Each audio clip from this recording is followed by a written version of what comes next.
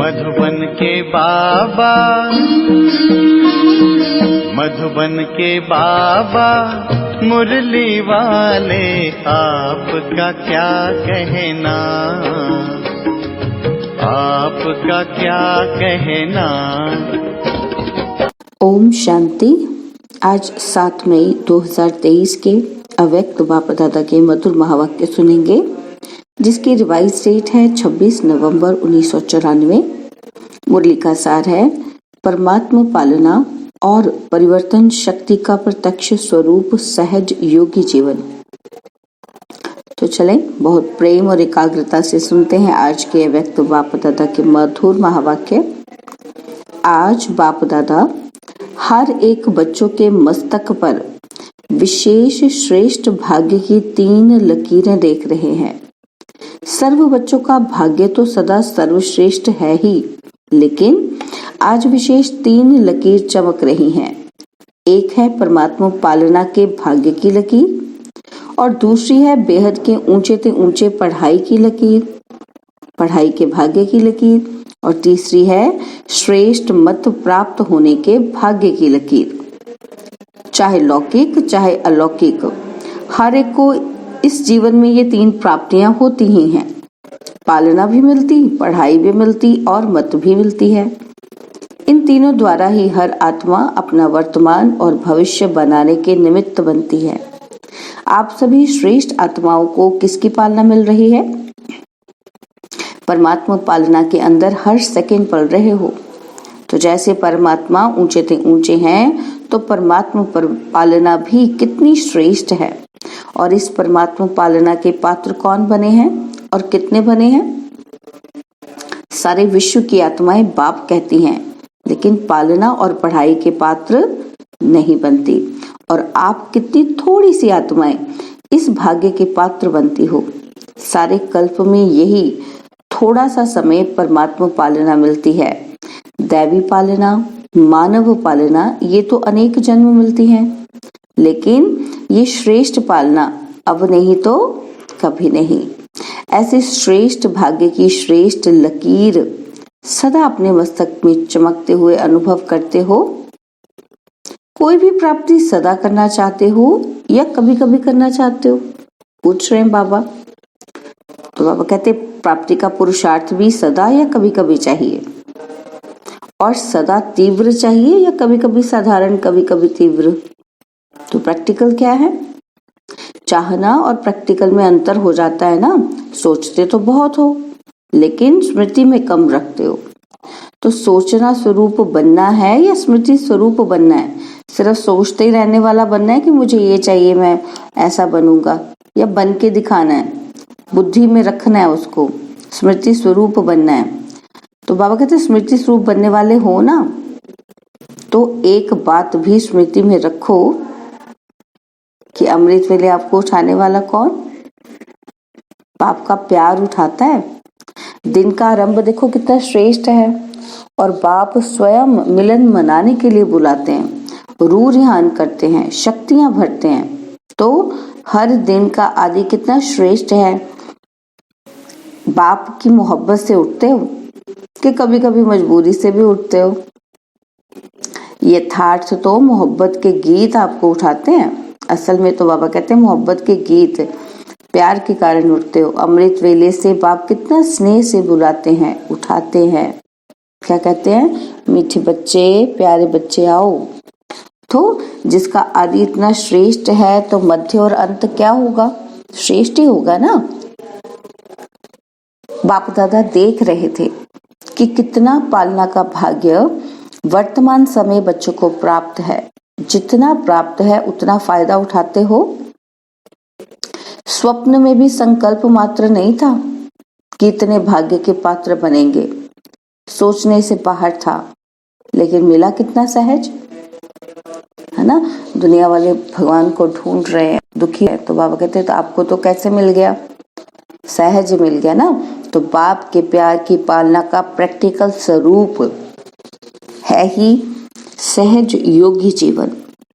जिससे प्यार होता है उसके लिए मुश्किल परिस्थिति या मुश्किल कोई भी बात देखी सुनी नहीं जाती। तो बाप ने भी सहज बनाया है ना, सदा सहज है, तो सदा ही पुरुषार्थ की गति तीव्र हो। तो आज बहुत अच्छा पुरुषार्थ है और कल थोड़ी परसेंटेज कम हो गई तो क्या सदा सहज कहेंगे? सदा मुश्किल कौन बनाते हैं फिर? स्वयं बनाते हो ना। तो कारण क्या है? तो बाबा कहते सोचने की तो आदत है, लेकिन यदि स्वरूप के संस्कार कभी इमर्ज रखते हो, कभी इमर्ज हो जाता है, कभी भूल जाता है बाबा बुद्धि से, कभी याद आ जाता है। क्यों? क्योंकि बाबा कहते हैं स्मृति में होना जरूरी है, क्योंकि स्मृति स्वरूप सो समर्थ स्वरूप, जिसकी बुद्धि में बाबा होगा वही बाबा के जैसे बनने का क्या करेगा? पुरुषार्थ करेगा। सोचना ये समर्थी स्वरूप नहीं है, सोचने से नहीं बन जाएंगे। स्मृति बुद्धि रहेगा, वो याद ही पावर बनेगी, वो ही समर्थ बनाएगी, कैपेबल बनाएगी। बाबा कहते विस्मृति में क्यों आ जाते हो? भूल क्यों जाते हो? आदत से मजबूर हो जाते हो। अगर मजबूत नहीं तो मजबूर हो जाएंगे। तो जहां मजबूत है वहां मजबूरी नहीं है। जब ओरिजिनल आदत विस्मृति की नहीं है, आदि में स्मृति स्वरूप प्रालब्ध प्राप्त करने वाली देव आत्माएं हो, है ना। तो बाबा कहते योग लगाने का पुरुषार्थ नहीं करते। जो आदि की देवताएं हैं वो योग लगाने का पुरुषार्थ नहीं करते, लेकिन स्मृति स्वरूप की प्रालब्ध प्राप्त करते हो। तो आदि में भी स्मृति स्वरूप का प्रत्यक्ष जीवन और अनादि आत्मा। जब आप परम धाम से आई तो आप विशेष आत्माओं के संस्कार स्वतः ही स्मृति स्वरूप है, और अंत में संगम पर भी स्मृति स्वरूप ही बनते हो ना। तो अनादि, आदि और अंत तीनों ही काल स्मृति स्वरूप हैं। तो विस्मृति तो बीच में ही आई। स्टार्टिंग में भी बाबा कहते हैं देव स्वरूप में आप क्या हो? स्मृति स्वरूप हो, और संगम अंत टाइम जोन है तो उसमें भी बन जाओगे। अनादि रूप तो आपका है ही। तो बाबा कहते हैं ये जो भूलने का पार्ट आया तो कहाँ आया? बीच में आया। तो आदि अनादि स्वरूप सहज होना चाहिए या मध्य का स्वरूप? सोचते हो कि हाँ मैं आत्मा हूँ, लेकिन स्मृति स्वरूप हो, चलना बोलना देखना उसमें अंतर पड़ जाता है। कहने को कहते हो मैं आत्मा हूँ, तो बाबा कहते हैं ये स्मृति में रखो कि हम परमात्मा पालना की अधिकारी आत्माएं हैं। बाप दादा चार्ट चेक करते हैं तो लकीर कभी ऊंची कभी नीची होती है, और कभी कोई दाग होता है, कभी जीवन के कागज में कोई दाग नहीं भी होता है, और कोई समय दाग ही दाग, एक के पीछे दूसरा, दूसरे के पीछे तीसरा दाग ही नजर आते हैं। क्यों? एक तो गलती हो जाती है, बाबा कहते दाग माना गलती। एक तो गलती हो जाती है, लेकिन गलती होने के बाद भी उसी गलती को सोचते रहते हो, उसी का ही चिंतन करते रहते कि क्यों हो गया, क्या हो गया, ये कैसे हो गया, ऐसे नहीं होना चाहिए था, वैसे वैसे वैसे। कई रूप से बातों को छोड़ते ही नहीं हो।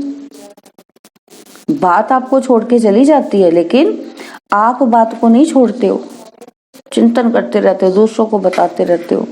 बाबा कहते जितना समय सोचने स्वरूप बनते हो ना, यथार्थ स्मृति स्वरूप नहीं बनते हो, तो दाग के ऊपर दाग लगते जाते हैं। पेपर का टाइम कम होता है, लेकिन क्या होता है, व्यर्थ सोचने के संस्कार होने के कारण पेपर का टाइम ही बढ़ा देते हो। सेकंड पूरा हुआ और निर्विकल्प स्थिति बन जाए, यह संस्कार इमर्ज करो। सेकंड हुआ, परिस्थिति आई, बस निर्विकल्प हो जाओ, बुद्धि से निकाल दो उसको कि जो होना था सो हो गया। बाबा कहते ये वाला संस्कार इमर्ज करो, इसको निकालो, प्रत्यक्ष करो इसको। निर्विकल्प बनना आता है ना। अपने श्रेष्ठ भाग्य को स्मृति में लाकर सदा हर्षित रहो। अपने परमात्मा पालना को सदा बार बार स्मृति में लाओ। बार बार अपने को याद दिलाओ कि मैं किसकी संतान हूं, कौन मेरी देखभाल कर रहा है। तो सुनाना भी आता है, सोचना भी आता है बच्चों को। बाबा कहते लेकिन फर्क क्या पड़ता है? बाप दादा बच्चों का खेल देखते रहते हैं। सारे दिन में क्या क्या खेल करते हो, ये रात्रि को चेक करते हो ना। बाबा कहते चेक करते हो कि सारे दिन में क्या कर दिया है हमने। माया के खिलौने बड़े आकर्षण वाले हैं, तो उन खिलौनों से खेलने लग जाते हो। पहले तो बहुत प्यार से माया खेल कराती है, और खेल कराते कराते जब हार खिलाती है तब होश में आते हैं। तो मेजॉरिटी में एक विशेष शक्ति की कमी रह जाती है। बाबा कहते कभी बहुत अच्छे चलते हो, कभी उड़ते हो, आगे बढ़ते हो, लेकिन फिर नीचे क्यों आ जाते हो? इसका विशेष कारण क्या है नीचे आने का? तो बाबा कहते परिवर्तन शक्ति की कमजोरी है। समझते भी हो कि ये यथार्थ नहीं है, इसको चेंज करना है, लेकिन परिवर्तित होने की कमी हो जाती है। तो ब्राह्मण जीवन में परिवर्तन में आ गए, तो अब कोई कहेगा कि मैं ब्राह्मण नहीं हूं। बाबा के बच्चे बन गए तो बाबा कहते हैं आप कहोगे कि मैं ब्राह्मण नहीं हूं? सभी अपने को बीके लिखते हो ना कि हम ब्राह्मण हैं, ये समझते हो ना। तो ब्राह्मण जीवन में जो परीक्षाएं आती हैं उसमें परिवर्तन करने की शक्ति आवश्यक होती है। तो ब्राह्मण जीवन की क्या है कि परिवर्तित हो जाते हैं ना, हम चेंज हो जाते हैं, बाबा की श्रीमत के अकॉर्डिंगली अपने आप को बदलते हैं, या बाबा का प्यार स्वतः ही हमें चेंज ला देता है। तो जब व्यर्थ संकल्प चलते हैं तो समझते भी हो कि ये व्यर्थ है, बुद्धि को पता होता है, लेकिन व्यर्थ संकल्पों का बहाव इतना तेज होता है जो अपनी तरफ खींचता ही जाता है, क्योंकि संस्कार पुराने हैं। तो बाबा कहते बुद्धि उसी तरफ चली जाती है, बार बार चली जाती है। जैसे नदी का व सागर का बहुत फोर्स होता है, तो कितना भी अपने को रोकने की कोशिश करते हैं, लेकिन फिर भी बहते ही जाते हैं। समझते भी हो, सोचते भी हो कि ये ठीक नहीं है, इससे नुकसान है, फिर भी बहाव में बह जाते हो। तो इसका कारण क्या? बाबा कहते परिवर्तन शक्ति की कमी है। तो पहला विशेष परिवर्तन है स्वरूप का परिवर्तन, कि मैं शरीर नहीं लेकिन आत्मा हूं, यह स्वरूप का परिवर्तन है, यह आदि परिवर्तन है। इसमें भी चेक करो तो जब देह भान का फोर्स होता है तो आत्म अभिमान के स्वरूप में टिक सकते हो या बह जाते हो? है ना, बाबा पूछ रहे हैं। तो अगर सेकंड में परिवर्तन शक्ति काम में आ जाए तो समय संकल्प कितने बच जाते हैं। अगर टाइम पर हमारा बुद्धि काम आ जाए, स्मृति आ जाए, स्मृति से हम क्या बन जाए, समर्थी स्वरूप बन जाए, तो बाबा कहते कितना वेस्ट होने से बच जाएगी हमारी शक्ति, संकल्प बच जाएंगे, हमारा समय बच जाएगा, और वेस्ट से बेस्ट में जमा हो जाते हैं। पहली परिवर्तन शक्ति है स्वरूप का परिवर्तन और स्वभाव का परिवर्तन।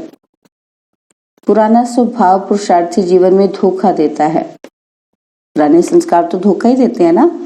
तो समझते भी हो कि ये मेरा स्वभाव यथार्थ नहीं है, यथार्थ माना मेरा सही सत्य स्वभाव नहीं है, क्योंकि मैं आत्मा हूँ, आत्मा का ये स्वभाव नहीं है। और ये वाला स्वभाव समय प्रति समय धोखा भी देता है हमें, ये भी समझते हो, लेकिन फिर भी स्वभाव के वश हो जाते हो। फिर अपने बचाव के लिए कहते हो कि मेरा भाव नहीं था, मेरा स्वभाव ऐसा है, मैं चाहता या चाहती नहीं हूं, लेकिन मेरा स्वभाव है। बाबा कहते ब्राह्मण बन गए तो जन्म बदल गया, संबंध बदल गया, माँ बाप बदल गए, परिवार बदल गया, लेकिन स्वभाव नहीं बदला। और फिर रॉयल शब्द कहते हो क्या कि मेरी नेचर। तो पहली कमजोरी स्वरूप का परिवर्तन, दूसरा स्वभाव का परिवर्तन, और तीसरा संकल्प का परिवर्तन। सेकंड में व्यर्थ को समर्थ में परिवर्तन करो। क्या कहते हैं बाबा? सेकंड में व्यर्थ को समर्थ में परिवर्तन करो। कई समझते हैं कि बस आधे घंटे का तूफान था, आधा घंटा 15 मिनट चला, लेकिन आधा घंटा व 15 मिनट की कमजोरी संस्कार बना देती है ना। तो जैसे शरीर में अगर कोई बार बार कमजोर होता रहे तो सदा के लिए कमजोर बन जाते हैं। तो 15 मिनट कोई कम नहीं है। संगम युग का एक एक सेकंड वर्षों के समान है। तो ऐसे अलबेले नहीं बनो। बल थोड़ा ही चला लेकिन गवाया कितना। जब कदम में पदम कहते हो तो 15 मिनट में कितने कदम उठेंगे और कितने पदम गवाए। जमा में तो हिसाब अच्छा रखते हो, लेकिन पदम कदम में पदम जमा हो गया, लेकिन गवाने का भी तो हिसाब रखो। कहते हैं ना बाबा मिला हमें ये मिला, तो बाबा कहते वेस्ट जाता है तो उसका भी तो हिसाब रखो ना। तो ना चाहते हो भी संस्कार खींचते हैं, पुराने संस्कार अपनी तरफ खींचते हैं ना। तो जो भी बात बार बार होती है वो संस्कार रूप में भर जाती है। तो संकल्प परिवर्तन करो, सिर्फ सोचते नहीं रहो। करना नहीं चाहिए हो गया क्या करूं, नहीं, सोचो और करके दिखाओ। कहते हो बिंदी को बिंदी लगाओ, एक दो को ज्ञान देते हो ना, तो कोई आकर बात करेंगे तो कहेंगे ठीक है बिंदी लगा दो, लेकिन स्वयं बिंदी लगाते हो? बिंदी लगाने के लिए कौन सी शक्ति चाहिए? परिवर्तन शक्ति। और परिवर्तन शक्ति वाला सदा ही निर्मल और निर्माण रहता है। जैसे पहले भी बाप दादा ने सुनाया कि मोल्ड होने वाला ही रियल गोल्ड है। जो बदलेगा चेंज होगा वही असली हीरा है। तो रियल गोल्ड की निशानी है कि वो मोल्ड हो जाएगा, जैसा भी उसको चेंज करना चाहो वो मुड़ जाएगा आसानी से। तो बाबा कहते चेक करो कि परिवर्तन शक्ति, आपको चेंज होने की शक्ति समय पर काम आती है कि समय बीत जाने के बाद सोचते ही रहते हैं। तो परिवर्तन शक्ति को बढ़ाना है। जिसमें परिवर्तन शक्ति है वो सबका प्यारा बनता है, विचारों में भी सहज रहेगा, है ना। और आगे बढ़ते सेवा में तो रहते ही हो ना। सेवा में भी विघ्न रूप क्या होता है? मेरा विचार, मेरा प्लान, मेरी सेवा इतनी अच्छी होते हुए भी मेरा क्यों नहीं माना गया, है ना। मैंने इतना अच्छा प्लान बताया, इतना अच्छा मैं काम करता हूँ, फिर भी मेरी बात ही नहीं मानी, तो उसको रियल गोल्ड कहेंगे? मेरापन आ गया ना। तो मेरापन आना अर्थात अलाय मिक्स होना। जब रियल गोल्ड में अलाय मिक्स हो जाता है तो वो रियल रहता है। उसका मूल्य कितना रहता है? जब उसमें मिक्स हो गई, प्योरिटी कम हो गई, तो बाबा कहते फिर उसका मूल्य कितना रहेगा? कितना ही फर्क पड़ जाता है रेट में, है ना। एक है प्योर गोल्ड, एक mix gold, 24 carat, 19 carat, 18 carat, है ना। उसको देखने में भी, कलर में भी चेंज होता है, क्वालिटी में भी चेंज आ जाता है, रेट में भी चेंज आ जाता है। तो बाबा कहते कितना फर्क पड़ जाता है। तो समय और वायुमंडल को परख कर अपने को परिवर्तन करना, इसकी आवश्यकता है। मोटी मोटी बातों में परिवर्तन करना तो सहज है, लेकिन हर परिस्थिति, हर संबंध, संपर्क में समय और वायुमंडल को समझ स्वयं को परिवर्तन करना, यही नंबर 1 बनना है। क्या करना है? हर परिस्थिति में, हर संबंध में, संपर्क में समय और वायुमंडल को समझ स्वयं को परिवर्तन करना। बाबा कहते यही नंबर 1 बनना है। ये नहीं सोचो कि फलाना भी तो समझे, ये भी तो परिवर्तन करे ना, सिर्फ मैं ही परिवर्तन क्यों करूं। बाबा कहते जो ओटे सो अर्जुन। इसमें अगर अपने को परिवर्तन किया तो ये परिवर्तन ही विजयी बनने की निशानी है। बाबा कहते दूसरों को देखे बिना अपने में ही वो चेंज लाए, वो विजयी बनने की निशानी है। समझा? अच्छा, चारों ओर के सर्व सदा स्मृति स्वरूप आत्माओं को सदा सेकंड में परिवर्तन शक्ति द्वारा स्व परिवर्तन करने वाली श्रेष्ठ आत्माओं को सदा सहज योगी अनुभव करने वाले अनुभवी आत्माओं को सदा बाप के समीप और समान बनने के उमंग उत्साह में रहने वाली सर्व आत्माओं को बाप दादा का याद, प्यार और नमस्ते। हम रूहानी बच्चों की रूहानी बाप दादाजी को दिलवा जान सिकवा प्रेम से नमस्ते। ओम शांति। प्यारे बाबा, मीठे बाबा, मेरे बाबा, शुक्रिया बाबा, शुक्रिया बाबा, शुक्रिया। टीचर्स के लिए बाबा ने कहा कि सभी टीचर्स तो सदा ही ज्ञान स्वरूप, स्मृति स्वरूप हैं ही, क्योंकि जैसे बाप शिक्षक बनकर आते हैं तो बाप समान निमित्त शिक्षक हो, बाप जैसे नहीं हो लेकिन निमित्त शिक्षक हो। तो टीचर्स की विशेषता निमित्त भाव और निर्माण भाव। सफल टीचर वही बनती है जिसका निर्मल स्वभाव हो। अभी निर्मल स्वभाव के ऊपर विशेष अंडरलाइन करो। कुछ भी हो जाए लेकिन अपना स्वभाव सदा निर्मल रहे। यही निर्मल स्वभाव निर्माणता की निशानी है। तो अंडरलाइन करो निर्मल स्वभाव। बिल्कुल शीतल, शीतलता का गायन शीतला देवी है। तो निर्मल स्वभाव अर्थात शीतल स्वभाव। बात जोश दिलाने की हो लेकिन आप निर्मल हो तब कहेंगे सफल टीचर। बातें तो ऐसी ऐसी सामने आए कि गुस्सा आए, है ना, बाबा कहते जोश आए, तो लेकिन बाबा कहते आप निर्मल हो तब कहेंगे कि सफल टीचर है। तो बाप दादा फिर भी अंडरलाइन करा रहे हैं किस पर? निर्मल स्वभाव। समझा? अच्छा, तो बाबा ने प्रश्न पूछा कि सबसे बड़ा खजाना कौन सा है जिससे ही ज्ञान और योग की परख होती है? और फिर बाबा ने समझाया कि सबसे बड़ा खजाना है खुशी। चाहे कितना भी ज्ञान हो, योग हो, लेकिन खुशी की प्राप्ति नहीं तो ज्ञान ठीक ही नहीं। अगर ज्ञान सुन के भी हम खुश नहीं रहे स्थितियों में, है ना, तो बाबा कहते कोई भी परिस्थिति आ जाए खुशी गायब नहीं हो सकती। अविनाशी बाप का अविनाशी खजाना मिला है, इसलिए खुशी कभी गायब नहीं हो सकती। योग लगाते लेकिन खुशी नहीं तो योग ठीक नहीं है, इसका मतलब। तो आपकी खुशी देख दूसरे आपसे पूछें कि आपको क्या मिला है। यही ज्ञान और योग की प्रत्यक्षता का साधन है। और बाबा फिर पूछ रहे हैं, बाबा कहते किस लगन के आधार पर विघ्नों की समाप्ति स्वतः हो जाती है? तो फिर बाबा कहते एक बाप दूसरा न कोई। इसी लगन में मगन रहो तो विघ्न टिक नहीं सकता। विघ्न है तो लगन नहीं। विघ्न भल आए लेकिन उसका प्रभाव ना पड़े।